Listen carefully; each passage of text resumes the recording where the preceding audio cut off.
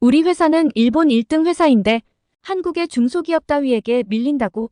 삼성도 아니고. 여기 독일 미넨의 세계 최대 규모의 전자 생산 설비 전시회인 프로덕트로니카 전시회장.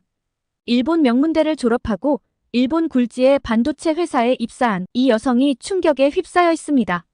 사회자가 한국을 호명하는 순간 견딜 수 없는 괴로움에 전시회장을 박차고 나가버리는데요. 대체 무슨 사연일까요? 오늘의 사연 시작합니다. 안녕하세요. 저는 도쿄대학교 전자공학부를 졸업한 스즈키 아야노입니다. 어릴 적부터 저는 꿈이 있었어요. 우리 일본을 이끌 최첨단 산업의 한 획을 긋는 사람이 되고 싶었습니다. 그 중에서 특히 제 관심을 끈 건 반도체예요. 그래서 대학도 관련 분야를 전공했고 졸업을 앞두고 일본 최고의 반도체 기업에 입사 지원을 했습니다. 다행히 운 좋게도 연구개발직으로 최종 합격 통보를 받았죠. 주변에서는 한국 쪽에 취업을 알아보라는 권유도 꽤 있었지만 제 귀엔 들리지 않았어요. 한국이 반도체 분야에서 앞서 나가는 건 알지만 제게 있어서 한국은 끌어내려야 하는 나라일 뿐이었거든요. 삼성 같은 한국 회사에 취업을 알아보는 선배들을 보며 저는 한심하다고 생각했습니다. 도쿄대라는 일본 최고의 명문대의 명예가 있는데 그건 좀 아니지 않아요? 이렇게 큰 뜻을 품고 드디어 회사로 출근하게 된 첫날, 저는 당당하게 사원증을 목에 걸고 회사로 향했어요. 일본 1등다운 최첨단 시설과 쾌적한 연구 환경을 보고 감탄했죠. 배정받은 부서는 차세대 반도체 개발팀이었습니다. 세계 IT 업계를 선도할 혁신적인 제품을 만드는 곳이죠. 초기에는 모든 게 낯설고 어려웠습니다. 하지만 선배 연구원들의 도움으로 빠르게 업무에 적응해 나갔어요. 새로운 아이디어를 내고 열심히 실험하며 제 역량을 발휘했죠. 덕분에 팀 내에서 인정받는 신입으로 자리매김할 수 있었습니다. 역시 우리 스즈키는 참 잘 뽑았어. 그 열정 그대로 꾸준히 밀고 나가. 상사의 칭찬에 저는 더욱 힘을 얻었어요. 불철주야 연구에 매진한 결과 제가 주도한 프로젝트가 가시적인 성과를 내기 시작했죠. 입사 2년 만에 특허 출원은 물론 사내 연구 경진대회에서 최우수상까지 수상하는 영예를 안았습니다. 이 영광을 발판 삼아 우리 회사의 미래를 이끌 인재로 성장하리라 마음먹었죠. 최고의 반도체 기술로 세계시장 점유율 1위에 오르는 게 제 꿈이었으니까요. 일본의 자존심을 지키는 건 우리 회사지. 그 선봉에 내가 서겠어. 하지만 그때까지만 해도 전 몰랐습니다. 한국의 작은 회사 하나가 업계의 판도를 뒤흔들 만한 잠재력을 갖고 있다는 사실을요. 머지않아 고영이라는 이름이 우리 앞에 드리운 그림자로 다가올 줄은 그 누구도 예상치 못했습니다. 에이, 한국 기업이라고? 우리 앞에 넘사벽이 있을까봐. 회식 자리에서 동료들과 대화를 나누던 중 고영 테크놀로지가 화제에 올랐습니다. 한국의 중소기업이 최근 발표한 3D 반도체 검사 장비 기술력이 상당하다더군요. 하지만 우리는 절대 넘볼 수 없는 존재라 생각했죠. 그런데 얼마 지나지 않아 충격적인 소식이 들려왔어요. 미국의 굴지의 고객사가 우리 회사의 고영의 검사 장비와 동일한 성능의 제품을 요구했다는 거였습니다. 회의실에 긴급 소집된 우리는 할 말을 잃었죠. 고영의 기술력이 이 정도일 줄이야. 우리가 그동안 너무 안일했던 걸까요? 자존심은 상했지만 냉정히 현실을 직시해야만 했습니다. 스즈키, 자네가 고영의 기술을 좀 더 파헤쳐봐. 그들이 어떻게 3D 검사를 구현해냈는지, 우리와의 격차가 얼마나 되는지 말이야. 상사의 특명을 받고 전 바로 조사에 돌입했죠. 인터넷을 뒤지고 관련 논문을 탐독하며 고영의 실체에 다가가려 애썼어요. 한편으론 말도 안 된다는 생각이 들었습니다. 우리 회사는 일본 넘버원인데 어떻게 고영 같은 중소기업의 기술을 못 따라잡는 거지? 조사를 거듭할수록 고영에 대한 궁금증은 깊어졌고 동시에 위기감도 커져만 갔습니다. 그들은 어떤 독자적인 기술로 경쟁력을 확보한 걸까요? 열심히 조사한 결과 고영의 기술력을 어느 정도 파악할 수 있었습니다. 부장님, 고영에 관해 중요한 정보를 알아냈습니다. 그들은 우리와 비교도 안 될 만큼 앞선 3D 검사 알고리즘을 개발해냈다고 하네요. 업계에선 게임 체인저로 평가하고 있어요. 뭐라고? 우리 입장에선 황당한 소리군. 하지만 이대로는 안 되겠어. 인정할 건 인정해야겠지. 거기까지 발전해 있는 줄은 모르다니 타이밍이 늦었네. 우리는 하루빨리 대응 전략을 세워야 해. 상사의 말씀에 격하게 고개를 끄덕였지만 마음 한켠이 쓰려왔습니다. 그동안 일본 전자업계를 이끌어온 우리의 자부심이 무너질까 두려웠던 것 같아요. 아니야, 이건 분명 일시적인 위기일 뿐이야. 우리에겐 충분한 역량이 있어. 반드시 이 난간을 돌파하고 말 거야. 그렇게 다짐하며 저는 새로운 기술 개발에 박차를 가했습니다. 고영이라는 복병을 만난 이상 두 팔 놓고 있을 순 없었으니까요. 하지만 그들의 기술력은 상상 이상이었고 저는 점점 벽에 부딪히고 있었습니다. 스즈키, 이번에 독일 미넨에서 열리는 프로덕트로니카 전시에 들어봤어? 이번에 우리 회사도 참가하기로 했어. 자네가 핵심 멤버로 투입될 거야. 상사의 말씀에 저는 가슴이 설렜습니다. 프로덕트로니카는 전자 제조 분야의 세계 최대 박람회죠. 전 세계 900개 기업이 참가한다니 거기서 우리 일본의 기술력을 알릴 절호의 기회였어요. 무엇보다 고영을 누르고 업계 1위로 우뚝 서는 전환점이 될 거라 믿었습니다. 전시회를 앞두고 저는 개발팀을 진두지휘하며 새로운 제품 개발에 몰두했죠. 고영의 3D 검사 기술을 넘어서는 혁신적인 솔루션을 내놓기 위해 밤낮으로 연구에 매진했어요. 팀원들도 한마음으로 불철주야 노력했습니다. 해냈다. 이 기술이라면 고영을 충분히 따돌릴 수 있어. 드디어 프로토타입이 완성되었고 우리는 자신감에 차올랐죠. 이제 남은 건 전시회에서 우리의 저력을 보여주는 일이었어요. 현지에 도착한 우리는 부스 설치를 시작했어요. 전 세계 900여 개 업체가 참가한 거대한 전시장, 그 한가운데 우리 회사의 부스가 우뚝 섰죠. 저 많은 관람객이 우리 기술에 감탄하겠지? 저 부스 봐. 일본이 최고야. 개막 첫날 우리 부스에 관람객들이 몰려들기 시작했어요. 더 많은 사람들이 우리 제품에 관심을 보이는 듯 했죠. 그런데 이게 웬일일까요? 인파가 한쪽으로 쏠리는 게 아니겠어요? 고개를 돌려보니 웬 작은 부스가 북적이고 있었고 그곳에 고영 테크놀로지라는 간판이 걸려 있었습니다. 뭐지, 갑자기 저기는 왜 저렇게 인기가 많아? 씁쓸한 표정으로 중얼거렸죠. 그때 고영 부스에서 환호성이 터져나왔어요. 사람들이 그들의 시연에 열광하고 있었던 겁니다. 불길한 예감에 휩싸인 채 고영 부스로 다가갔죠. 그리고 보게 된 광경에 전 충격을 금치 못했어요. 그들이 선보인 신제품은 기술력 면에서 우리를 압도하고 있었던 거예요. 말도 안 돼. 이건 우리도 상상 못한 성능이잖아. 우리가 개발한 건 저것에 비하면 장난감 수준인데. 머리가 하얘지는 느낌이었습니다. 고영이 업계의 판도를 뒤엎을 혁신적인 기술을 내놓은 거죠. 반면 우리는 여전히 한 걸음 뒤처져 있었어요. 상사와 동료들의 낙심한 표정이 눈에 밟혔죠. 회사의 위상이 흔들리는 것 같아 절망적이었어요. 이대로 고영에 밀리고 마는 건가? 자괴감에 빠져들 때쯤 이번 전시의 글로벌 기술상을 발표하겠습니다. 축하합니다. 고영 테크놀로지. 사회자의 목소리가 울려 퍼지더군요. 순간 머리가 띵해졌습니다. 기술상마저 고영에게 돌아간 거였죠. 일본을 대표하는 우리 회사가 이런 굴욕을 겪다니 꿈이라면 좋으련만. 동료들과 저는 무거운 발걸음으로 숙소에 돌아왔습니다. 모두의 얼굴에서 생기가 사라졌죠. 한국의 작은 회사에 완패한 것이 자존심 상하면서도 그들의 우수성을 인정하지 않을 수 없었습니다. 스즈키, 자넨 어떻게 생각하나? 글쎄요. 분명 우린 최선을 다했어요. 근데 고영은 우리의 상상을 뛰어넘더군요. 이 분야에서 정말 혁신적인 걸음을 내디딘 것 같아요. 암담하기는 하지. 이러다 우리 회사가 샌드위치 신세가 되는 거 아닌가 모르겠어. 일본 반도체 업계의 자존심인 우리가 위기에 처한 상황. 앞날이 캄캄할 뿐이었죠. 고영이라는 복병을 쉽게 볼 순 없겠지만 어떻게든 이 난국을 타개해야만 했어요. 그리고 전시회에서의 충격이 가시기도 전에 우리 회사에선 후폭풍이 몰아치기 시작했습니다. 고영에 밀린 충격으로 침울한 분위기가 감돌았죠. 경영진에선 사태의 심각성을 인지하고 대책 마련에 나섰습니다. 전 이대로는 안 된다는 생각에 사내 게시판에 글을 올렸어요. 고영을 따라잡기 위해 우리 모두가 위기의식을 갖고 혁신에 매진해야 한다고 역설했죠. 스즈키 말이 맞아. 고영의 한 수 배운 셈이야. 자만은 금물인데 우리가 어리석었어. 그들의 장점을 배워야 해. 상사의 적극적인 반응에 고무된 저는 관련 부서들과 머리를 맞대기 시작했어요. 기술 교류회, 세미나 등을 통해 고영을 면밀히 분석하고 배울 점을 찾아나갔죠.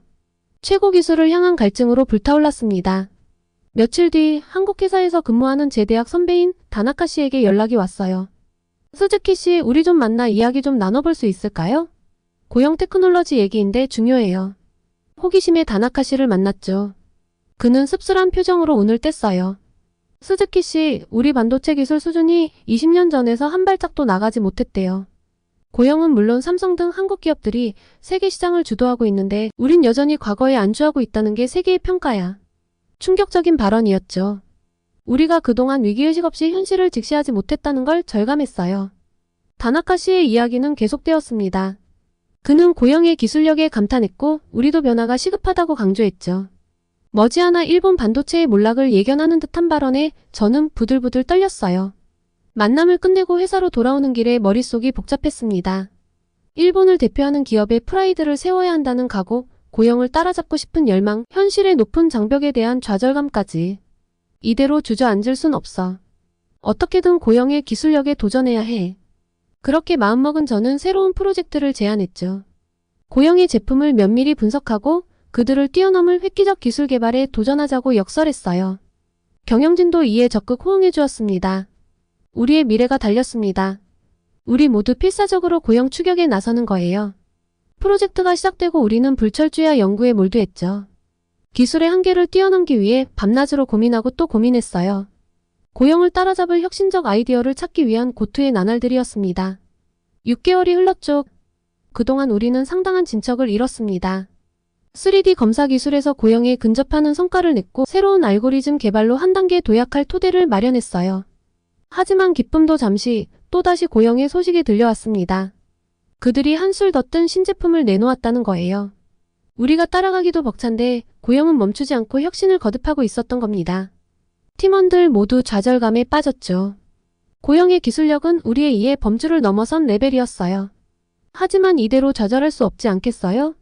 현실은 녹록지 않았지만 희망을 놓기엔 이르니까요. 어떻게든 따라잡아야 해. 지금 포기하면 우리는 도태될 뿐이야. 부장님의 결연한 목소리에 우리 모두 침묵했죠. 고영과의 격차를 조금씩 좁혀가는 게 우리가 해야 할 일이었어요. 일본의 명운을 걸고서 최선을 다해야 했죠. 고영을 따라잡기 위해 분투하던 어느 날 놀라운 소식이 들려왔어요. 고영의 일본 법인에서 현지 엔지니어 채용에 나선다는 거였죠. 이게 웬 떡이지? 적의 심장부로 들어가 기술을 배울 절호의 기회잖아. 저는 망설임 없이 고영 일본 법인에 입사 지원을 했어요. 물론 우리 회사에서 계속 일하고 싶은 마음도 컸지만 지피지기면 백전백승이잖아요. 우선 고영에 들어가서 그들을 알고 싶었습니다. 미쳤어? 적군에 투항하겠다는 거야? 이건 배신이야. 회사를 등지고 어딜 가겠다는 거야. 동료들의 만류와 비난이 쏟아졌지만 저는 막힌 길을 열 생각이 없었어요. 변화가 절실한 시점에 안주할 순 없었으니까요. 서류 전형, 필기시험, 면접. 저는 간절한 마음으로 고영 입사의 관문을 뚫고자 했어요. 하지만 서류 전형에서 고배를 마셨죠. 이유인즉 제가 지금 있는 회사에서의 경험이 문제가 됐다더군요. 일본 회사 출신이라 경쟁업체라 떨어졌나 했는데 그게 아니었어요. K사 출신. 기술력이 뒤처져서 경쟁력이 떨어져. 이런 엔지니어는 우리에게 도움이 안 될 거야. 건너 전애들은 고영 인사 담당자의 냉정한 평가에 자괴감이 들었습니다. 이 회사에서 열정을 쏟았건만 세상은 이미 우리를 외면하고 있었던 거예요. 다른 방도를 찾아야 했습니다.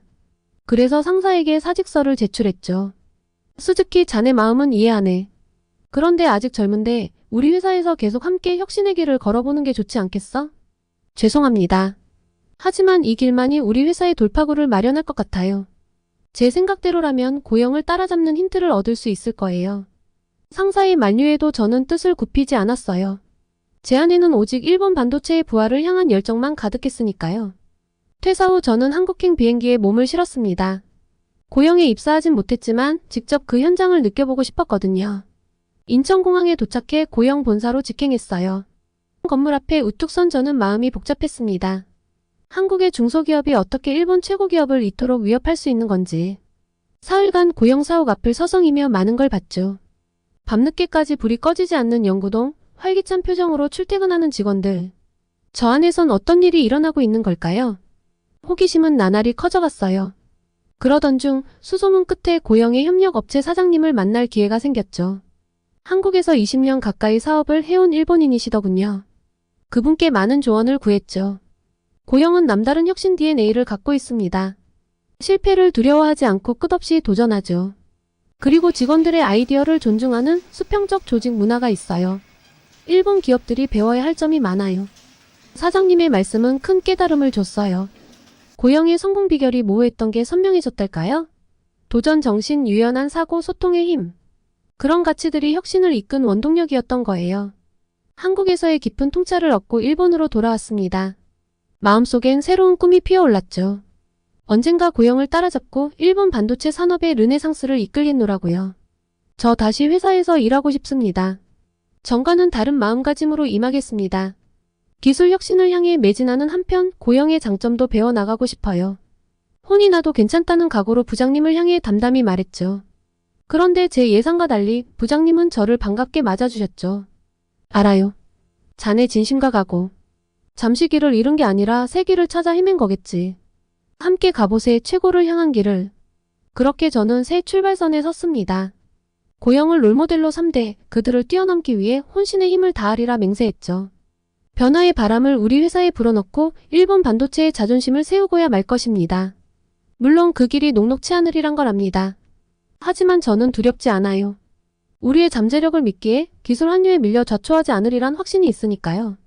이제 저는 고영의 그림자가 아닌 우리만의 빛을 향해 달려갈 겁니다. 고영은 좋은 경쟁 상대이니 고영을 통해 우리도 더 발전할 수 있을 거예요. 저희에게 좋은 자극제이자 롤모델인 고영과 함께 동반 성장할 수 있으리라 생각합니다. 한국 분들도 우리만의 색을 찾아나가는 이 여정을 응원해주세요. 한국에서 정말 되겠어? 일단 가보자. 우리에게 남은 선택지는 한국행밖에 없어. 여기 캐나다의 한 가정집 심각해 보이는 얼굴의 부부가 한국을 가냐 마냐로 언쟁을 벌이고 있네요. 대체 무슨 일일까요? 두 번째 이야기 시작합니다. 안녕하세요. 저는 캐나다 캘거리에 살고 있는 노라라고 합니다. 제가 얼마 전 정말 잊을 수 없는 일을 한국에서 겪어서 이렇게 메일을 보내요. 어디서부터 이야기를 해야 할까요? 우선 저와 남편의 관계부터 이야기를 해야겠네요. 저희는 좀 특별한 부부예요. 저희 둘 다 학창시절에 부모님께서 일찍 돌아가시고 좀 힘들게 살아왔거든요. 부모님께서 남겨주신 재산이 있어 다행히 경제적으로 엄청 힘들진 않았는데 아무래도 의지할 곳이 없다는 데서 오는 외로움이 참 컸습니다. 다행히 회사 동료였던 남편을 만났고 거울을 보듯 똑같은 아픔과 외로움을 가진 남편에게서 저는 큰 위로를 받았어요. 그리고 저희는 조금 일찍 결혼을 했습니다. 24세 결혼을 했으니 일찍 하긴 했죠. 캐나다는 결혼을 빨리 하는 편이 아니거든요. 30대는 훌쩍 넘겨야 하는데 결혼을 일찍 한다고 하니 주위 친구들 걱정이 많았어요. 좀 더 사람을 만나보고 하지 그러니 같은 이야기가 많았죠. 남일에 참견하기 좋아하는 친구들은 같은 아픔이 있는 건 장점이 아니라고 너랑 반대되게 양쪽 부모님이 다 살아계신 분과 해야 하지 않겠냐고 하는 경우도 있었지만 저는 한 귀로 듣고 한 귀로 흘렸습니다. 제가 성장 과정에서 느낀 외로움을 누구보다 잘 이해해주는 남편이고 또 제가 든든함을 느낄 수 있도록 일도 열심히 해서 회사에서 누구보다 인정받는 걸요. 그거면 된 거 아닐까요? 그리고 전 정말 행복했습니다. 같이 손잡고 퇴근할 사람이 주말에 취미를 공유하고 집에서 이야기를 나눌 사람이 있다는 게 얼마나 좋았는지 몰라요. 가끔 다툴 때도 있었지만 금방금방 풀렸죠. 그렇게 심각하게 다퉈본 적도 없었고요. 둘 다 이런 가족의 소중함을 알기에 서로 배려해서 더 잘 살았던 것 같아요. 그 일이 있기 전까지는요. 가장 기쁠 때 가장 큰 불행이 찾아오니 기쁨을 너무 티내며 살지 말라는 말을 책 어딘가에서 봤던 것 같은데 그 말이 진짜인가 봐요. 어느 날부터 남편이 컨디션이 영 좋지 않더라고요. 자꾸 피곤해하고 혈색도 별로고요. 남편이 좀 힘들어하니까 저도 따라서 걱정이 많이 되었습니다. 인터넷으로 좋다는 영양제들을 사서 이것저것 먹여봤는데 별 효험이 없었어요. 주말에 푹 쉬면 좀 좋아지는 듯 했는데 주중에 출근을 하면 다시 도루묵이 되는 나날이 반복되었죠. 음식도 좋은 걸 해서 먹이고 영양제도 사다 먹이고 회사에서 퇴근하면 푹 쉬게 해줬습니다. 그런데 참 이상했습니다. 자꾸 머리가 아프다는 거예요. 타이레놀을 먹으면 좀 좋아지지 않을까 싶어 약을 줘도 좋아질 기미가 없었습니다. 그럼 일반적인 두통은 아니겠죠. 그리고 메스꺼움을 느껴서 한 번씩 구토를 하기 시작했습니다. 이와 함께 온화하고 이해심 많던 성격도 조금씩 짜증이 좀 심해지기 시작했어요. 처음엔 예민해진 남편을 이해하지 못해서 같이 싸우기도 했는데 생각해보니 너무 이상했죠. 제가 아는 남편은 아프다고 제게 신경질을 부릴 사람이 아니었거든요. 그래서 병원에 가봐야겠다는 생각을 해봤습니다. 생각만 해도 한숨이 나오더라고요. 남편 때문이 아니라 병원 때문에요. 사실 캐나다 사람들은 병원을 잘 안 가려고 해요. 가봤자 웬만하면 쉬라고 하거나 타이레놀, 에드빌 정도만 처방하니 별 소용이 없고 오래 기다려야 한다가 기본적인 마인드거든요. 그래도 남편이 뭔가 이상한 것 같은데 가만히 있을 수 없죠. 우선 패밀리 닥터를 찾아가기로 했습니다. 남편이 머리가 아프다고 하고 구토를 하는데 왜 전문 병원에 가지 않고 패밀리 닥터를 찾아가냐고요? 캐나다는 전문의를 바로 만날 수 없습니다. 좀 과장을 하면 하늘의 별 따는 수준이에요. 패밀리 닥터를 통해 문제가 있다는 걸 확인하고 추천서를 받아 전문의 클리닉에 다시 예약을 잡고 방문해야 하거든요. 한국분들 한숨소리가 여기까지 들리네요. 맞아요. 이게 정말 대장정입니다. 진짜 응급이 아닌 이상이야 몇 개월씩 걸리는 과정이죠. 그래도 내 몸에 대한 세부적인 내용들을 잘 알고 그간 치료를 해온 히스토리를 잘 아는 패밀리 닥터가 있으면 좋지 않냐고 생각하실 텐데요. 아주 큰 단점이 있습니다. 이 패밀리 닥터가 추천서를 잘 안 써줘요. 별일 아닌데 써주면 패밀리 닥터와 전문의 클리닉 사이 관계가 좀 껄끄러워진다나요? 그래서 제가 전문의를 보고 싶어도 패밀리 닥터가 거절하면 볼 수가 없습니다. 저는 이걸 잘 알고 있었기 때문에 남편이 병원에 가서 진료를 볼 때 패밀리 닥터가 전문의 추천서를 안 써줄 수도 있으니 강력히 어필을 해야겠다고 생각했어요. 그런데 어필을 할 일이 없더군요. 패밀리 닥터가 전문의를 빨리 보게 해줬냐고요? 아니요. 패밀리 닥터 병원에 예약을 하려고 했는데 전화를 받질 않는 거예요. 회사에서 중간중간 계속 전화를 걸었는데 아예 받질 않아서 속이 터져나갈 것 같았습니다. 그 사이 남편은 특히 아침에 머리가 아프다고 엄청나게 괴로워하고요. 그리고 앞이 좀 잘 안 보인다는 거예요. 패밀리 닥터 예약을 기다리다가 사람 잡겠네 싶어서 워크인으로 방문할 수 있는 병원을 찾았습니다. 대기가 좀 덜하고 좀 규모가 있는 병원을 열심히 찾아 회사에 휴가를 내고 방문했습니다. 접수를 하고 1시간 반 정도 기다렸을까요? 드디어 의사를 만났습니다. 의사가 이야기를 듣더니 엑스레이를 찍어보자고 하더라고요. 그리고 저희는 집에 왔습니다. 한국 분들은 이 대목에서 황당하실 거예요. 엑스레이 찍고 판독을 하고 이상이 있나 없나 들어야지 왜 그냥 와? 하실 텐데요. 엑스레이 찍는 날짜를 예약했어요. 그러니까 워크인 병원에 가서 1시간 반 만에 의사를 만나서 엑스레이를 찍자라는 이야기를 들었고 엑스레이 찍을 날짜를 예약하고 온 거예요. 남편 증상에 대해서 어필은 했냐고요? 했죠. 이것저것 물어보는데 갸우뚱하더니 최근에 회사 일이 좀 많았다는 대목에서 그 문제일 수 있겠네요. 하더라고요. 의사가 종이에 일을 좀 적게 시켜라라는 내용을 적어주긴 했어요. 그리고 며칠 뒤 가서 엑스레이를 찍고 왔습니다. 어떤 병인지는 아직도 몰라요. 엑스레이 판독하는 사람을 기다려야 하거든요. 이것도 며칠 걸렸어요. 그리고 드디어 병원을 방문해서 엑스레이 판독 검사를 들을 수 있었습니다. 의사 말이 전문의를 볼 필요는 없을 것 같다는 거예요. 저는 여기서 멱살을 잡을 뻔했습니다. 지속적인 두통과 메스꺼움은 뇌에 문제가 있을지도 모른다는 정보를 인터넷에서 찾았었기 때문에 뇌 CT나 MRI 촬영을 해야 하겠다고 생각을 했는데 전문의를 볼 필요가 없다니요. 눈에 보이는 게 없더라고요. 생 난리를 쳐서 드디어 전문의를 만나게 되었습니다. 물론 전문의를 만나 MRI 촬영을 하기까지 2개월을 기다렸어요. 당장 무슨 마비가 일어나지 않는 이상 빨리 검사를 받을 순 없거든요. 그래도 우선 원하던 검사를 하게 될 수 있어서 다행이라고 생각했죠. 이제서야 좀 차분해지는 느낌이었습니다. 여기까지 보신 분들은 제가 너무 예민하게 군 것 같다고 생각하시는 분들도 계실 거예요. 알아요, 제가 예민하단 거요. 의사가 어련히 판단해서 결정을 내릴 텐데 의료 지식이 없는 사람이 인터넷에서 찾아본 내용만 가지고 너무 예민하게 굴었단 것도 압니다. 그런데 제게는 캐나다의 병원과 관련해서 아주 안 좋은 기억이 있거든요. 저희 어머니는 제 기억이 없을 시기에 돌아가셨고 아빠는 제가 고등학생 때 돌아가셨어요. 사실 어머니는 제가 너무 어릴 적에 돌아가신 터라 기억이 잘 없는데요. 아빠가 돌아가시게 된 과정은 아직도 너무 생생하거든요. 아버지는 암으로 돌아가셨는데요. 처음 진료의 시작부터 진단, 그리고 수술까지 거의 1년을 기다리셨어요. 빨리 의사를 만나서 수술을 받았다면 살 수도 있었는데 너무 늦어졌다고 하더라고요. 암세포가 너무 많이 퍼진 탓에 수술 도중 포기를 했고 나머지 기간은 죽음을 인정하시고 받아들이신 채 요양을 하시며 생활을 하다 돌아가셨습니다. 그때 정말 캐나다의 의료 시스템에 대해 회의감이 많이 들었던 것 같아요. 물론 아버지께서 돌아가시기 전까지 비용은 들지 않았는데요. 돈을 내지 않는 대신 오랜 기다림, 그리고 생명을 담보로 잡아야 한다는 건 너무하지 않나요? 그리고 약값이나 생활비가 보장은 되는 게 아니에요. 진료비, 수술비, 간병비가 무료인 것이지 비싼 약값은 시민들의 몫입니다. 왜 이런 문제들을 캐나다 정부가 해결할 생각을 못하는지 정말 답답하기 그지없습니다. 물론 패밀리 닥터들 중에서도 좋은 의사들도 있겠죠. 그리고 급하면 국가에서 지원을 해주지 않는 민간병원에 가도 됩니다. 하지만 좋은 의사들을 만나기까지 기간도 오래 걸리고 내가 원하는 의사를 지정해서 진료를 받는 건 불가능에 가깝습니다. 그리고 민간병원은 비용이 미국만큼 나와요. 부모님께 물려받은 유산이 조금 있긴 하지만 미국만큼의 병원비를 감당하다 보면 파산을 각오해야 합니다. 쉽게 결정할 수 있는 문제가 아니에요. 왜 동네에 실력 있는 의사가 없는지 궁금하시겠죠? 캐나다는 보험 수가를 높이지 않으려 애쓰다 보니 실력 있는 의사들은 비싼 민간병원으로 가거나 돈이 되는 미국에 가서 개업하는 경우가 많습니다. 그러다 보니 배가 아파서 병원에 갔는데 탈장이라고 수술을 해야 한대서 오랜 기다림 끝에 개복 수술을 했는데 알고 보니 탈장이 아니어서 그대로 배를 다시 꿰매고 나오는 일도 있죠. 황당하시죠? 제 이야기예요. 이외에도 많습니다.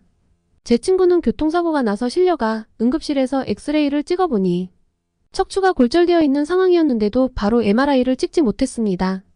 이유요? 당장 나타나는 마비 증상이 없기 때문이죠. 응급실에 누워 일주일을 기다려 MRI를 찍었고 2주가 지난 뒤 척추의 나사를 박는 수술을 했어요. 제 친구를 보며 저는 캐나다는 진료를 받기를 기다리다가 병이 저절로 낫든지 아니면 환자가 죽든지 둘 중 하나다라는 캐나다인들의 자조적인 농담을 다시 떠올렸습니다. 다행히 친구는 큰 문제 없이 회복이 되었는데요. 20대일 때여서 그렇게 회복되지 않았을까 싶습니다. 캐나다 실정이 이렇다 보니 사실 젊어서부터 운동도 하고 음식도 좀 가려먹고 의료 지식을 찾아 평상시 알아서 관리하는 게 제 습관입니다. 그리고 남편도 제가 관리를 잘해줬다고 생각했는데 이런 일이 발생할 줄은 몰랐죠. 남편의 검사 결과는 뇌암이었습니다. 믿을 수가 없었어요. 인터넷을 마구 찾아보니 이전에 캐나다에서 뇌암 판정을 받았는데 알고 보니 뇌 동맥류의 일종이고 암세포가 아니었던 적이 있거든요. 그래서 저는 오진일 수 있다고 생각했습니다. 그런데 의사가 이후에 던진 말이 더 충격적이었습니다. 수술을 할 수 없는 상황이라고 하더라고요. 만약 한다면 90% 이상은 장애가 생길 수 있고 수술 도중 사망 확률도 50%는 된다고요. 좀 빨리 왔으면 달랐을 텐데 너무 늦었고 암발병 위치 자체가 수술하기 너무 까다로운 곳이라고 하는데 눈물도 나오지 않았습니다. 머리가 멍해져서 아무 생각도 들지 않았어요. 만약 처음부터 전문의를 만나볼 수 있었다면 이야기가 달랐을까요? 지금 할 수 있는 건 통증 완화를 위한 치료밖에 없다고 하는 의사의 모습이 너무 비현실적인 느낌이었어요. 집으로 돌아오는 길 남편과 저는 손을 꼭 잡은 채 한마디도 하지 않았습니다. 그렇게 며칠간 아무 말도 하지 않고 지냈던 것 같아요. 머릿속이 복잡했습니다. 사람이 너무 큰 충격을 받으니 뭘 어떻게 해야 하는지 모르겠더라고요. 그런데 이대로 있어서는 안 되겠다는 생각이 들었습니다. 너무 젊은 나이인데 이렇게 어이없이 죽음을 받아들이기에는 억울하다는 생각이었죠. 무엇보다 저는 세상에 의지할 사람이 남편밖에 없어요. 친척들이 있긴 하나 너무 멀리 살고 아주 가깝지도 않아 사실상 남편이 없다면 저는 이 세상에 혼자 남게 됩니다. 남편이 없다면 전 더 이상 살아갈 의미가 없는데 무슨 짓이라도 해봐야 하지 않을까 싶었죠. 민간요법이라도 써보자는 생각에 인터넷을 열심히 찾다가 저는 한 기사를 발견했습니다. 10년 전쯤 캐나다의 70대 노인분이 악성 종양으로 캐나다에서 치료 방도가 없다는 통보를 받았는데 한국에 가서 수술을 받고 목숨을 건졌다는 기사였습니다. 악성 종양이 급속히 자라나 8cm 크기의 암덩어리가 있었는데 캐나다 병원에서는 해줄 게 없다고 암덩어리에 붕대와 반창고를 붙여주고는 귀가시켰다는 데서 10년 전이나 지금이나 다를 바가 없다는 것에 실소가 터져나왔습니다. 이분도 패밀리 닥터 의사를 통해 8주나 기다려 전문의를 만났지만 들은 말이 치료가 불가능하다는 진단을 받았다는 데서 저희와 비슷한 상황이었어요. 아니, 이분이 좀 더 심하게 느껴졌습니다. 이분은 당시 종양이 내부 조직이 밖으로 노출된 데다 감염까지 진행되었으니 저희보다 더 심각했죠. 부인분이 한국인이어서 한국 병원으로 바로 가야겠다고 결심했다고 하시더라고요. 한국에 가서 수술을 받고 20cm의 암 조직을 성공적으로 제거할 수 있었고 사기암이 완치되었다는 기사를 읽고 저는 한 줄기 희망을 발견한 느낌이었습니다. 한국에 가지 않을 이유는 단 하나도 없었죠. 비용도 알아보니 캐나다 민간병원에 비해 훨씬 저렴하더라고요. 외국인이라 의료보험이 적용되지 않은데도요. 한국에는 연고도 없고 평상시 한국분들과 교류가 전혀 없어 어떻게 한국 병원을 찾고 한국에 가는지가 걱정이었죠. 고심 끝에 캐나다의 한인 커뮤니티에 도움을 요청했습니다.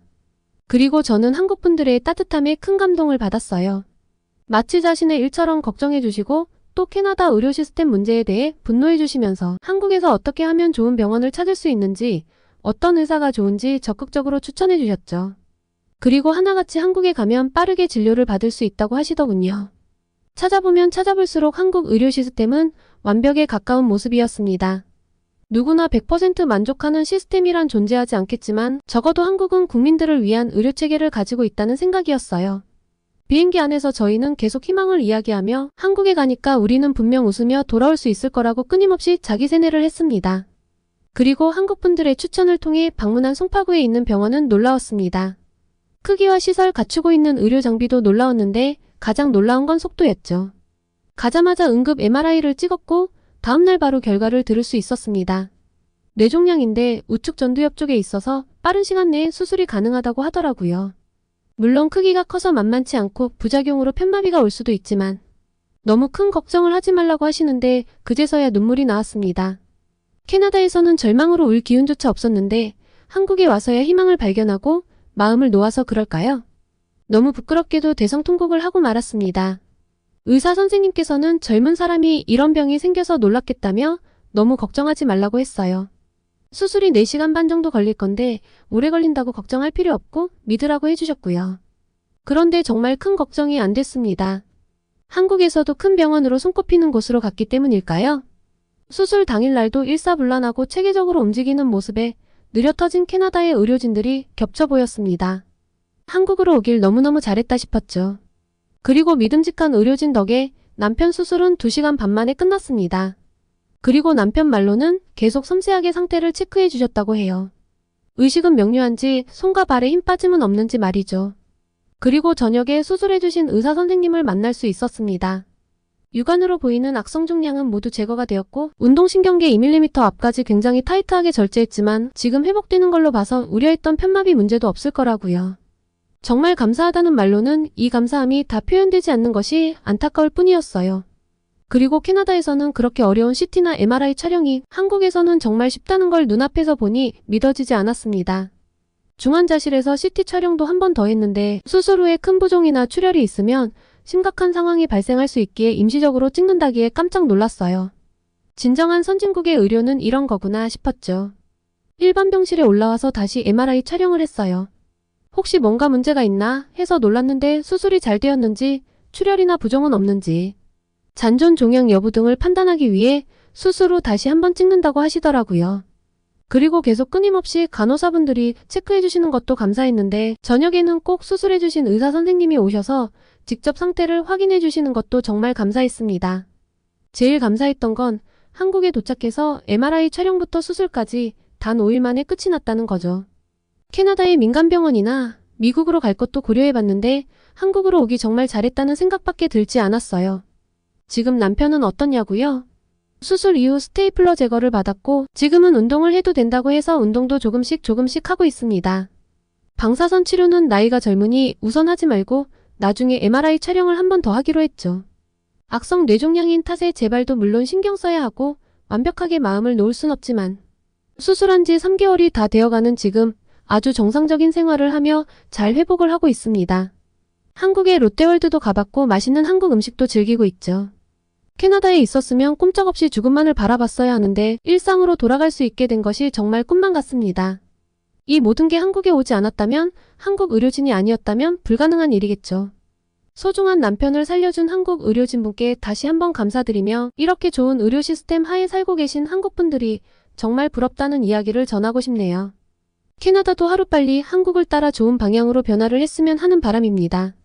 오늘은 한국의 중소기업에게 밀렸다는 사실을 인정하지 못해 괴로워하는 일본 대기업 직장인의 이야기와 남편의 암 선고로 절망에 빠졌다가 한국에 와서 희망을 찾은 캐나다 부부의 이야기, 이렇게 2가지 이야기를 전달해드렸습니다. 오늘의 사연이 마음에 드셨다면 구독과 좋아요를 눌러주세요. 여러분의 구독과 좋아요는 계속해서 좋은 사연을 소개할 수 있는 힘이 됩니다. 이상 감동저장소였습니다.